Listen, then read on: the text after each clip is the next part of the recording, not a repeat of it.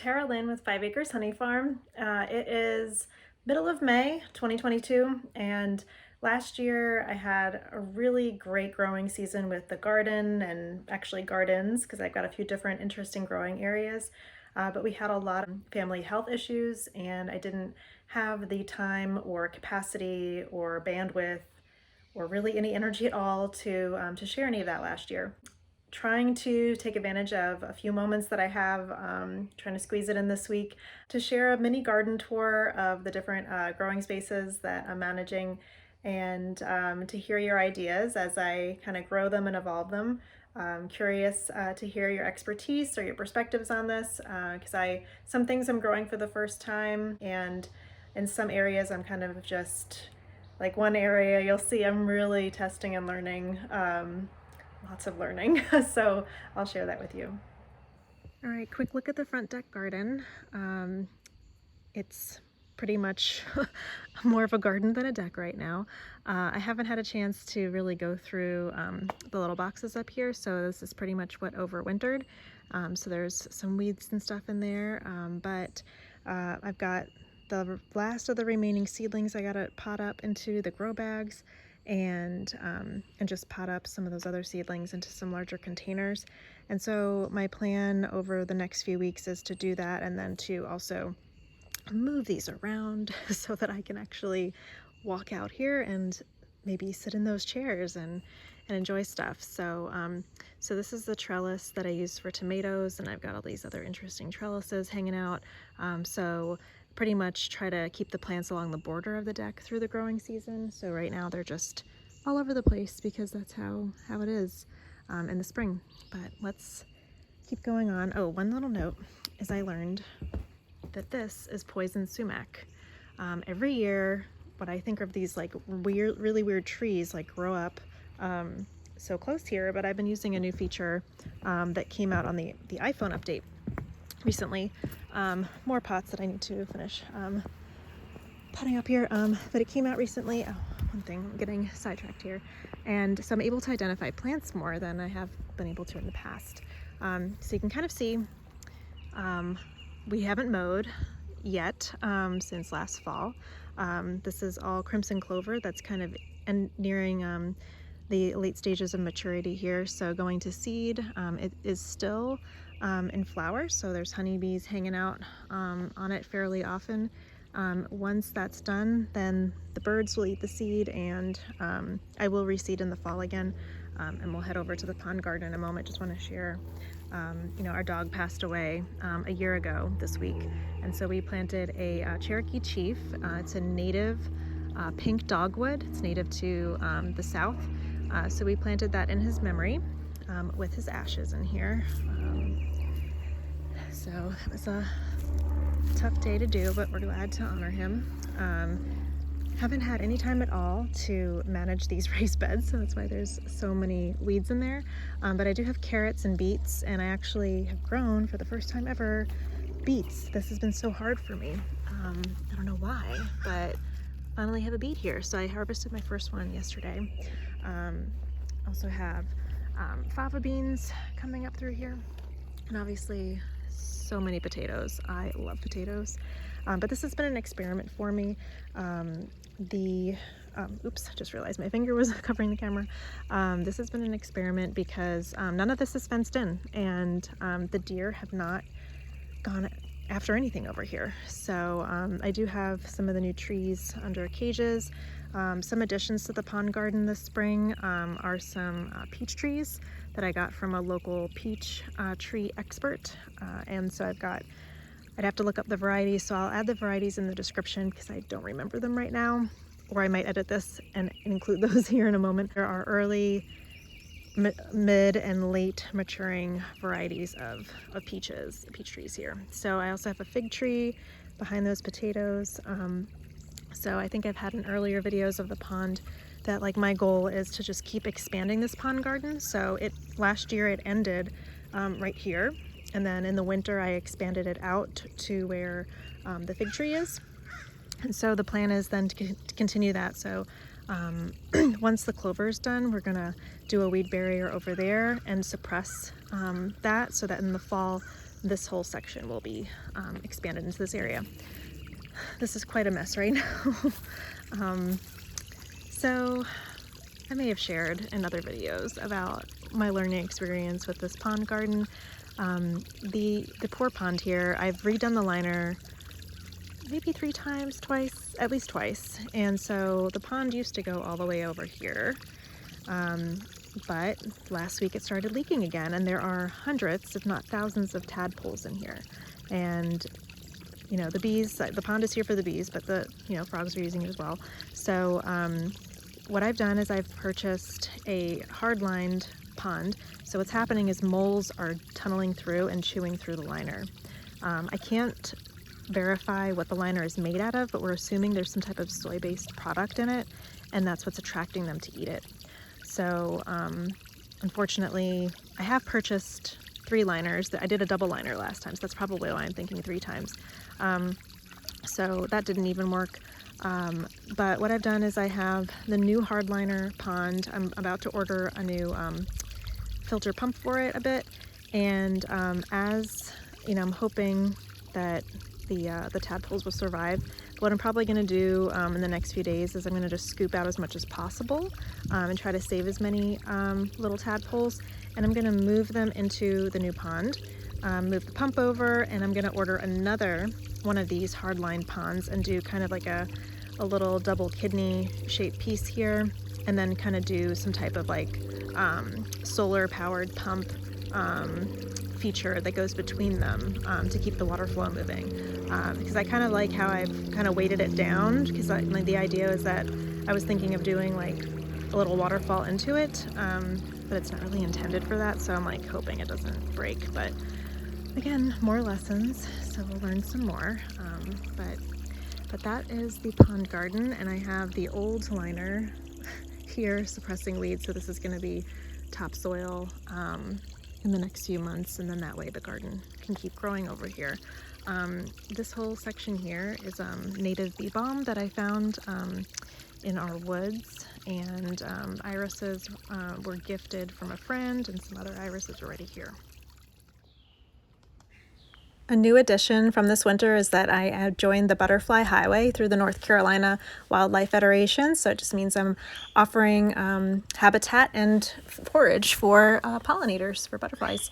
So you can see the hives, that one right there, that is the swarm that I just brought home fairly recently. It was a few weeks ago. I just posted the video recently though. And I love having the quail over here in the bee yard, because they watch the hive inspections, and they hang out and snack on all the extra garden stuff that I throw in there. You can see these hives are crazy active right now. It's been rainy and overcast all day, and now the sun is out, and they are just going everywhere they can right now.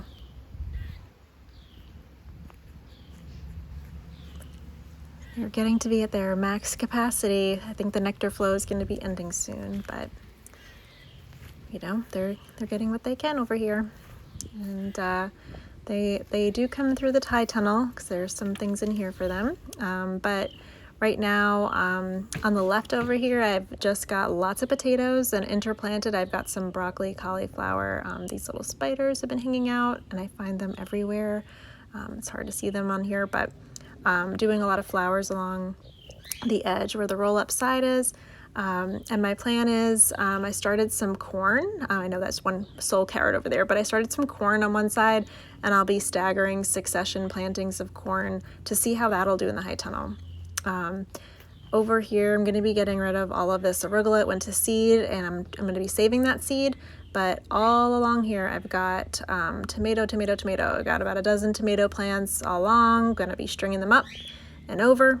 And then in the front of them, I have all peppers, and it's going to be in the 90s next week. The shade cloth is definitely going on the high tunnel, but this kale will likely bolt. So I'll be doing a huge salad harvest right before the temperatures get up. This bean is from a bean that I saved last year from a Gigantes bean, and it's already growing so much. So I'm really curious how big it gets. I'm also growing wheat in here, and also wheat in the garden, which we'll take a closer look at. I let a lot of blackberries stay and winter over that kind of shot out from pots, and they're kind of taking over my garden. I do have some, out here, and they, are already starting to set fruit. And I'm trying to figure out, like, do I want to keep them in the garden? It's good that they're protected, but it's also taking up some growing space for other things. So over here, starting with some peas on this trellis, and I'm going to be adding okra along this trellis shortly. This wheat, is it so beautiful? This is turkey red winter wheat that I totally fell in love with through a vendor at our local farmers market and their bread, and so I ordered some to grow myself. I'm really never done that before, so just going to be a learning process. I've got some peas going up this trellis, and I'll also have melons coming up that too. Then lots of strawberries interplanted. This is a really interesting compost cage, which I'll do a separate video about. And of course, a sea of potatoes. I love potatoes. Potatoes are so good. I have interplanted in here some broccoli, onions, leeks, marigolds, all different types of flowers. And so what I'll be doing in the next few weeks is interplanting sunflowers in here. So as the potatoes die back, this will be a really great pollinator area. I don't know who sent the memo, but every day for the past week, they have been laying in that corner. They used to lay in what I call their little yurt over here, the one on the left, but there's one sole egg in there. But they really favor that corner, and so they are just too cute.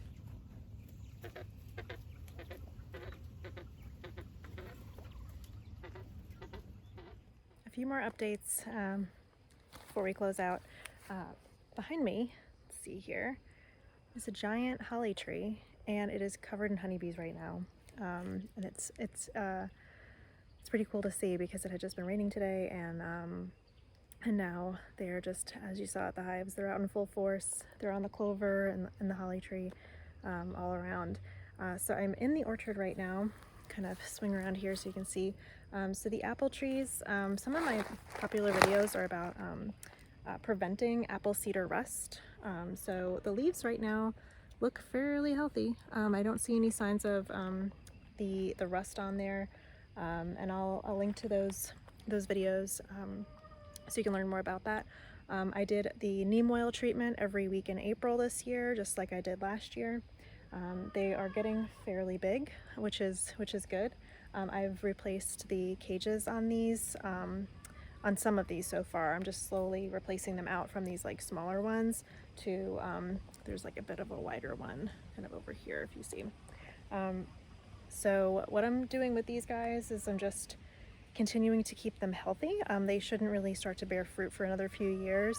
And then this whole space I've had tarped because I'm suppressing some of the weeds down here. And the grasses, because then we'll do a soil delivery and start expanding this growing space. I may have mentioned in other videos about what I'm planning to grow here. I have it listed somewhere and written down, but some of the things, which, not this one, but let me go over here so you can kind of see. But a lot of people don't realize that that fennel is a perennial. And it is deer resistant. So it's really easy to come out here and just snip a little bit off, and you can cook with it. And, certain pollinators really enjoy it. So I was really planning it out here, both because it has multiple purposes and because it's deer resistant. So it's like all pluses. So those have overwintered okay. There are a few didn't make it. And I've started some more that I'll transplant out this fall. Just want to get them really well established. And I need to really research more back in my notes about what I'm going to be planting here next. This isn't really a big priority area. It's one that I'm kind of just slowly getting to as I kind of work on those other spaces that are taking some more time than I expected. And then just a little bit of an overview of some of the things that I'm growing for the first time is a moonflower. I have finally, it like took a bit to germinate, but I've got a moonflower seedling. I've got a green twister coneflower. So that should bloom this year. I started that last year, but they typically don't bloom the first year. and I have several different tomato and pepper varieties that I've never grown before. And I finally also probably do a separate video on that because it's doing very well. But I tried starting Moringa last year. Moringa is supposed to be the most nutritious plant on earth. And out of all my little seedlings, one survived and then it just died. So this year, similarly, one survived and it's still surviving, and it's bigger than the one got last year. So I think that'll do really well because it does well in like the tropics, and it's been fairly rainy, and it's going to be in the 90s next week, so it's going to be pretty tropical here. There is one thing that I will show you before I close this out, and it's some new really cute little additions that we have. All right, these are our new additions. They're not so little anymore, but probably going to jump out and become fugitives in a moment. These little ones hatched exactly 2 weeks ago today. So these are 2-week-old Kurternix quail with some celadon in here as well. And celadon are the ones that lay the blue eggs. As you can see, I paired up our white-feathered quail to have some little ones, so I've got more than I expected there. However, I got fewer quail overall that hatched. I was hoping to hatch about 30, and you know, a little bit less than that hatched, and then we had 3 little chicks that did not make it. So right now I've got 19 babies in here. So we're going to be moving out some of the older birds from outside, and so you know, just trimming down and having a younger covey, and then you know, we'll be thinning this out for the summer because it just gets so hot, and having so many birds together you know, really isn't necessary, just to kind of let them cool out a bit. But these are our new additions. More peanuts. They are super cute and super messy. I just cleaned this yesterday and it's already like so filthy, and they love tipping their water over. So, and I apologize, the water softener timer went on, so that we got some background noise there. But you know, what I'm planning on doing is just cleaning this out again. But typically I like to move the quail out when they're about 4 weeks old. These little ones I'm gonna move out at 3 weeks because it's gonna be so hot next week. So I'm not concerned about you know, them getting too cold, and there'll be so fewer of the adult birds in there, so the little ones are gonna outnumber the adults. So I'm not concerned about that either. Look how adorable. If you are not familiar with quail, they will be completely mature at about 6 to 7 weeks old, which is when they will start laying as well. So I will have a good idea of the ratio of roosters to hens at that point. And I'll just keep you updated on those. But they're fun to have over in the bee yard, and they definitely help in trimming down the garden waste and helping to fertilize all the other plants over there.